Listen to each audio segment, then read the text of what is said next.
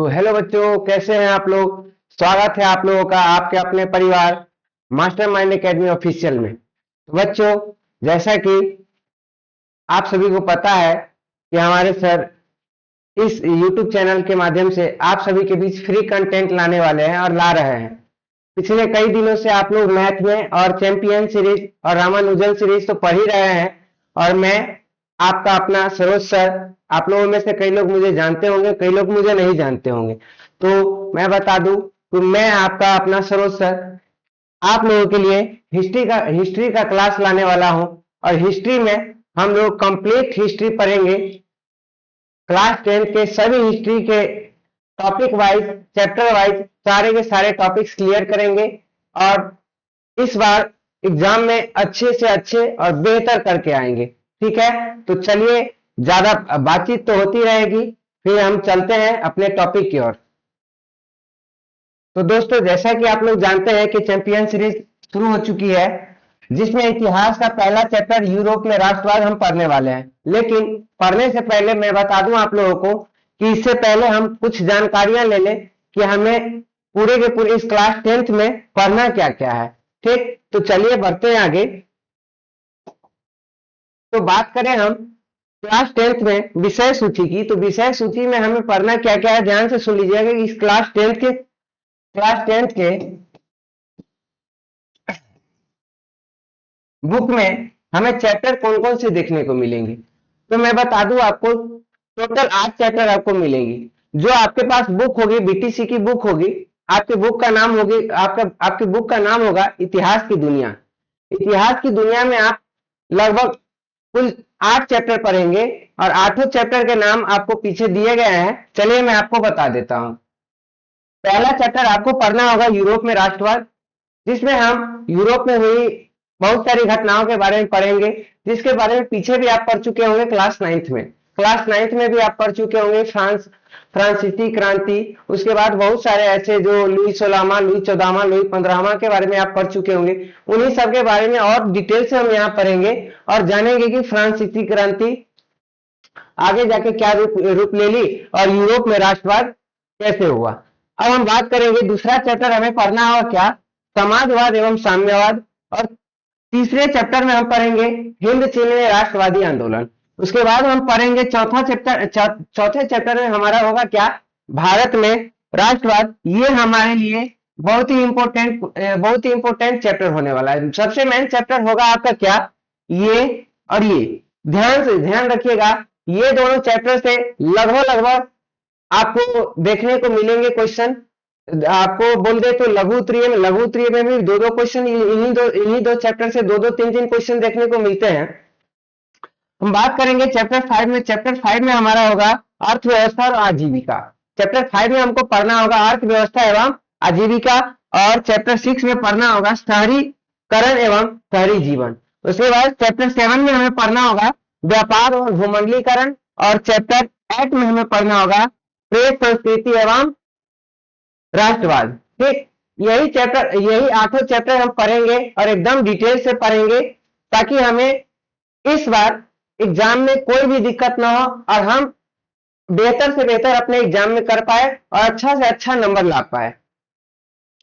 चलिए, तो इससे पहले हम बात करते हैं कि हम क्लास 10th में, हमारे क्लास 10th के बुक का नाम क्या होगा।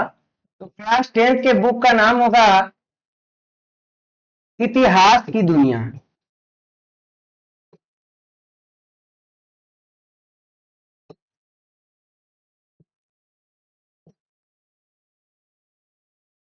इतिहास की दुनिया, इतिहास की दुनिया ही आपकी बुक का नाम होगा। और इतिहास की दुनिया में इतने सारे चैप्टर देखने को मिलेंगे और यहीं से हम लोग एकदम अच्छे से पढ़ेंगे।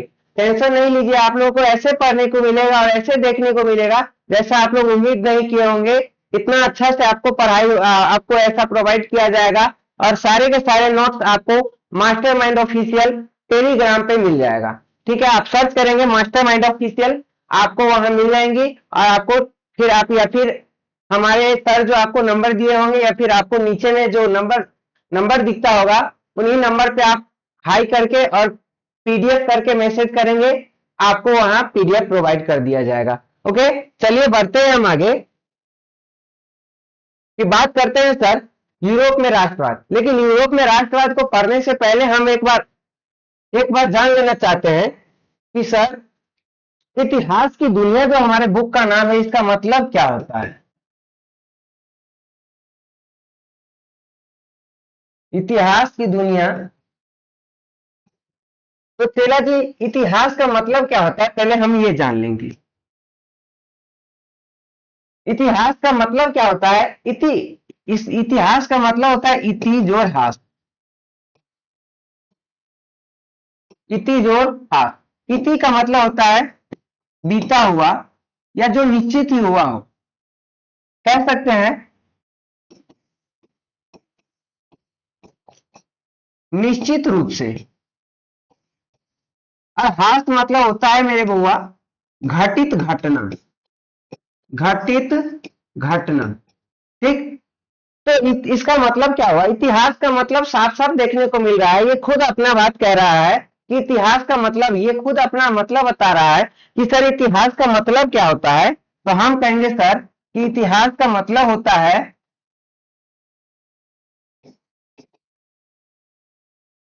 अतीत में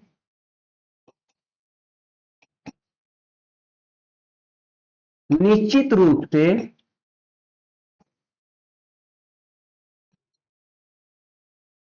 घटित घटना। ओके, चलिए अब हम बात करते हैं आगे कि सर इतिहास का मतलब हमको समझ में आ गया। अब हम चलते हैं आगे कि हम बात कर रहे थे यूरोप में राष्ट्रवाद की। तो सर ये यूरोप क्या है और ये राष्ट्रवाद क्या है? सही बात है कि आप कहेंगे सर ये यूरोप क्या होता है, ये राष्ट्रवाद क्या होता है, हमको नहीं मालूम है। क्यों? क्योंकि हम आज तो पहली बार आपका क्लास देख रहे हैं सर, तो हमको कैसे मालूम होगा? ठीक है, हम आपको बताते हैं कि सर यूरोप यूरोप एक महादेश है। क्या है? यूरोप एक महादेश है। अब हम कहेंगे सर, अरे सर कि हमको ये महादेश का मतलब ही नहीं मालूम है, ये महादेश होता क्या है। तो मैं आपको बता दूं चेला जी, ये पूरी दुनिया जो है,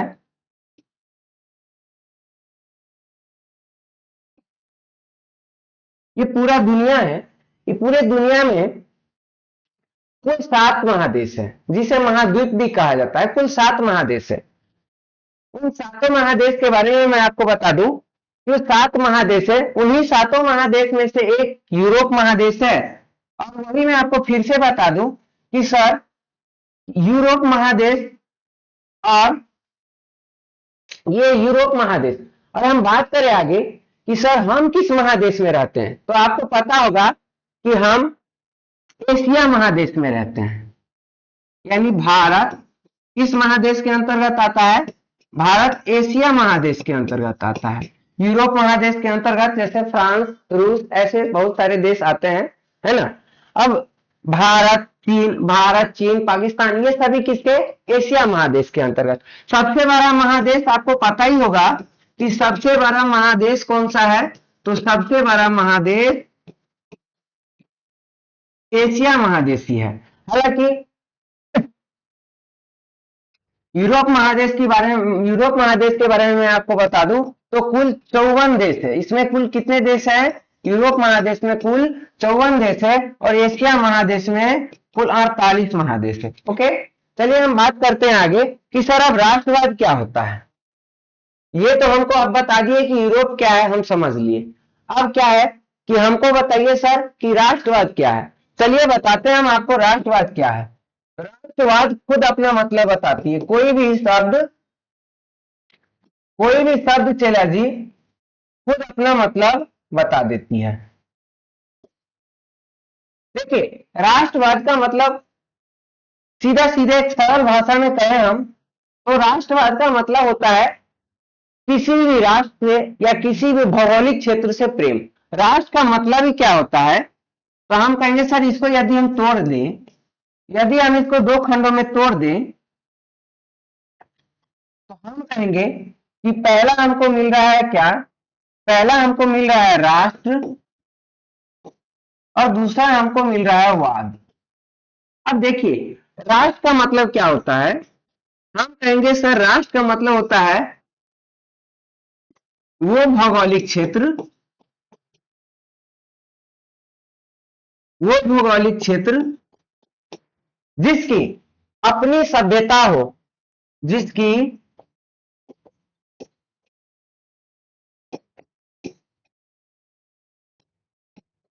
अपनी सभ्यता हो,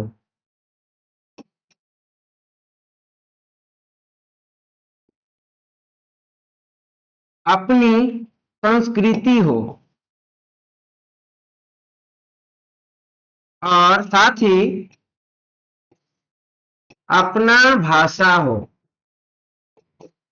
उसे ही हम क्या कहेंगे सर? उसे ही हम क्या कहेंगे? उसे ही उसे ही राष्ट्र, उसे ही क्या कहेंगे हम? उसे ही हम कहेंगे सर राष्ट्र कहेंगे। अब कहें सर कि राष्ट्र हम समझ लिए,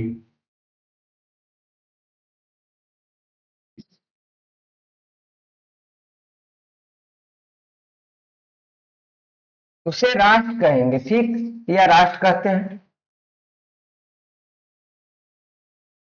चलिए आगे बढ़ते हैं। अब सर वाद क्या होता है? वाद का मतलब समझ लीजिएगा बुआ मेरे, कि वाद का मतलब क्या होता है? वाद मतलब सीधे समझ लीजिए भक्ति, भक्ति, प्रेम, प्यार या लगाव, या लगाव की भावना। यही क्या होता है? यही क्या होता है मेरे दोस्त? यही होता है वाद।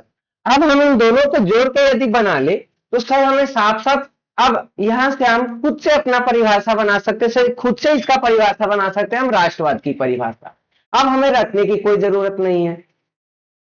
अब राष्ट्रवाद का मतलब सीधा सीधे अब हम यहाँ देख सकते हैं कि राष्ट्रवाद का मतलब क्या बन जाएगा सर? राष्ट्रवाद का मतलब बन जाएगा यहाँ क्या, कि राष्ट्रवाद का मतलब बन गया सर किसी भी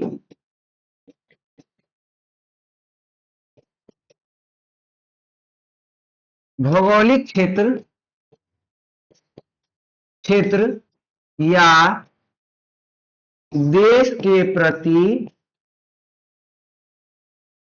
देश के प्रति प्यार, प्रेम,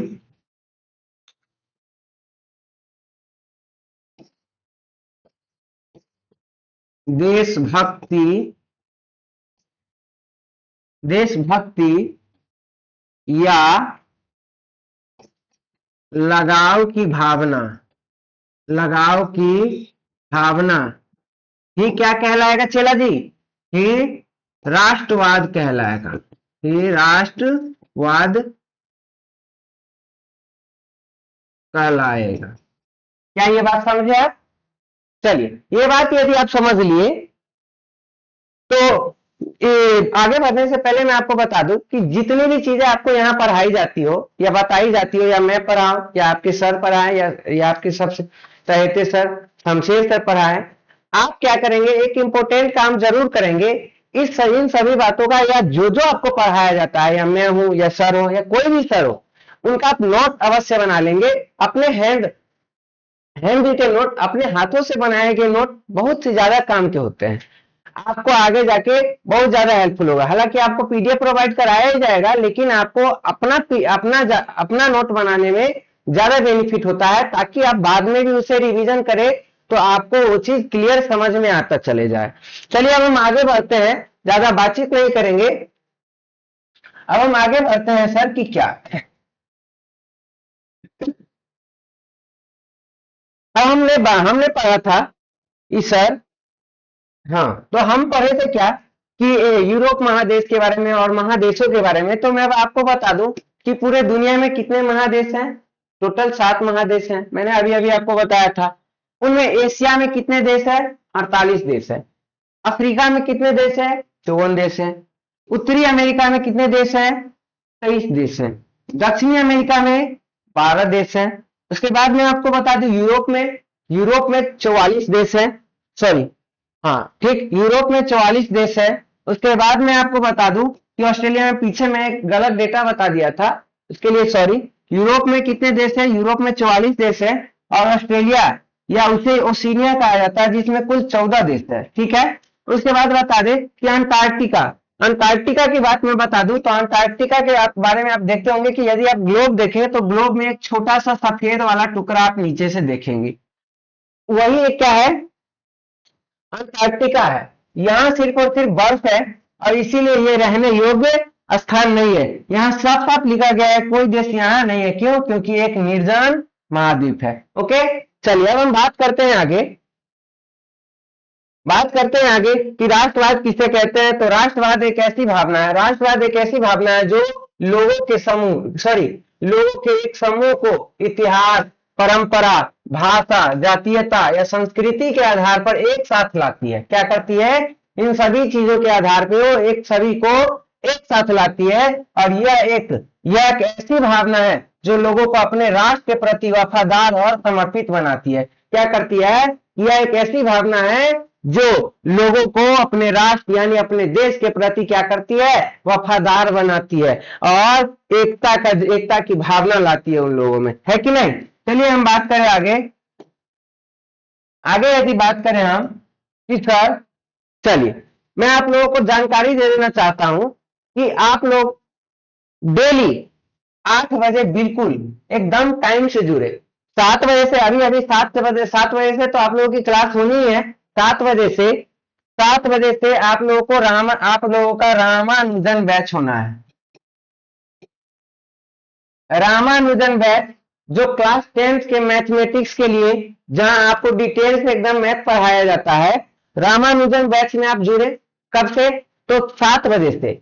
और फिर उसके बाद जस्ट बाद आपको थोड़ा रेस्ट करना है, 5 मिनट की रेस्ट मिलेगी, और 5 मिनट के रेस्ट के बाद सीधे आपको आना है कहां? इंग्लिश में। इंग्लिश वो भी चैंपियन बैच ही चल रही है, इंग्लिश में आना है, और इंग्लिश आप डिटेल से पढ़ेंगे ताकि इस बार या वो कंपटीशन एग्जाम हो, या वो 12th का एग्जाम हो, या फिर 10th का एग्जाम हो, कोई भी जहां इंग्लिश आती है, इंग्लिश का डर एकदम जड़ से समाप्त हो जाएगी। इंग्लिश का डर आज से समाप्त। यानी यदि आप इस बैच से यदि आप इंग्लिश पढ़ते हैं, आपका इंग्लिश पूरा का पूरा हो जाएगा क्लियर। चलिए हम बात करते हैं, हाँ, इसके लिए आपको कोई भी कॉस्ट नहीं देना पड़ेगा, बिल्कुल ये 100% फ्री है। ओके, चलिए अब हम बढ़ते हैं आगे कि सर फ्रांसीसी क्रांति। तो मैं आपको बता दूं कि सर यूरोप में राष्ट्रवाद या राष्ट्रवाद कहा जाता है कि सबसे पहले राष्ट्रवाद यूरोप से, सॉरी, फ्रांस से ही, फ्रांसीसी क्रांति में ही पनपी थी। मैं आपको बता दूं फ्रांसीसी क्रांति के बारे में। तो फ्रांसीसी क्रांति, अच्छा चलिए, तब तक के लिए हम फ्रांसीसी क्रांति को रहने देते हैं। क्यों? क्योंकि टाइम हो रही है हमारे पिछले क्लास की। फ्रांसीसी क्रांति हम कोशिश करेंगे अगले क्लास में लेने की, और फ्रांसीसी क्रांति एकदम डिटेल से पढ़ेंगे और मजे में पढ़ेंगे, बिल्कुल एक कहानी की तरह, आपको मजा आएगा पढ़ के। ठीक, अभी आपकी होने वाली है क्या? तो अभी हमारे सर आने वाले हैं और सर की होने वाली है क्लास। ओके, तब तक के लिए जय हिंद, जय भारत, भारत माता की जय।